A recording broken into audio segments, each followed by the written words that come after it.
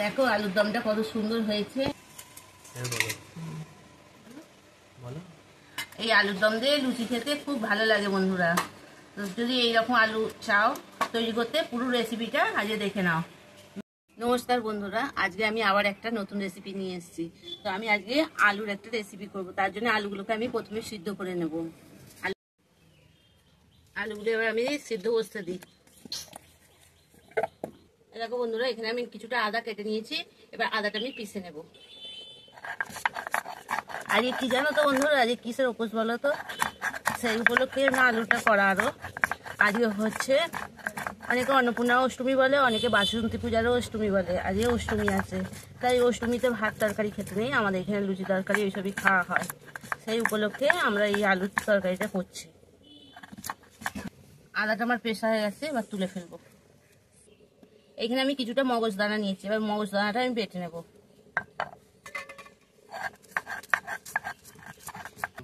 আমার এটা পেশা হয়ে গেছে, এবার তুলে ফেলবো। আলুগুলো আমার সেদ্ধ হয়ে গেছে, এবার আলুগুলো ছেঁকে তুলে নিই।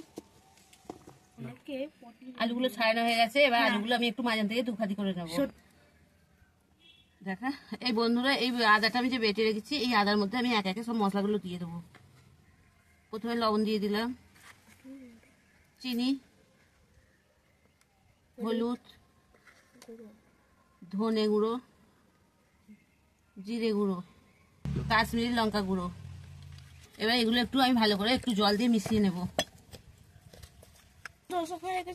আলুগুলো আমি এবার ভেজে নেব।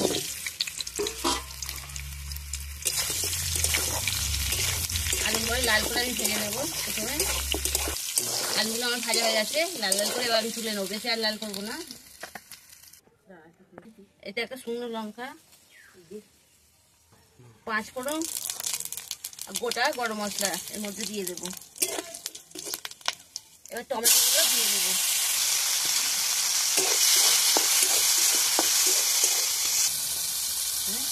এবার এর মধ্যে আমি একটা তেজপাতা দিয়ে দেবো। তেজপাতাটা বন্ধুরা আগে দিয়ে দিলে বেশি খেয়ে যাবে, ভালো লাগবে না। ওই জন্য এখন দিলাম, ওর সেন্টটাও থাকবে। এবার এই গুলে রাখা মশলাটা এর মধ্যে আমি দিয়ে দেবো, দিয়ে ভালো করে আমি কষে নেবো। এটা আমার কষা হয়ে গেছে, এবার এর মধ্যে আমি কিছুটা টক দই দিয়ে দেবো। মগজদানা বাটাটাও দিয়ে দেবো এর মধ্যে। এবার এর মধ্যে আমি আলুগুলোকে দিয়ে দেব।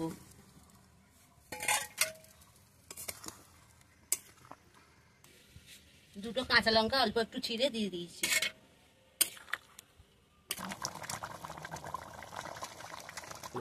অল্প কিছুটা গরম মশলা দিয়ে দিলাম, কিছুটা কস্তুরি মেথি। এবার আমি নামিয়ে ফেলবো, হয়ে গেছে। সম্পূর্ণ নিরামিষ শাহী আলুর দম। তোমাদের কিরকম লাগলো তোমরা অবশ্যই কমেন্ট করে জানাবে।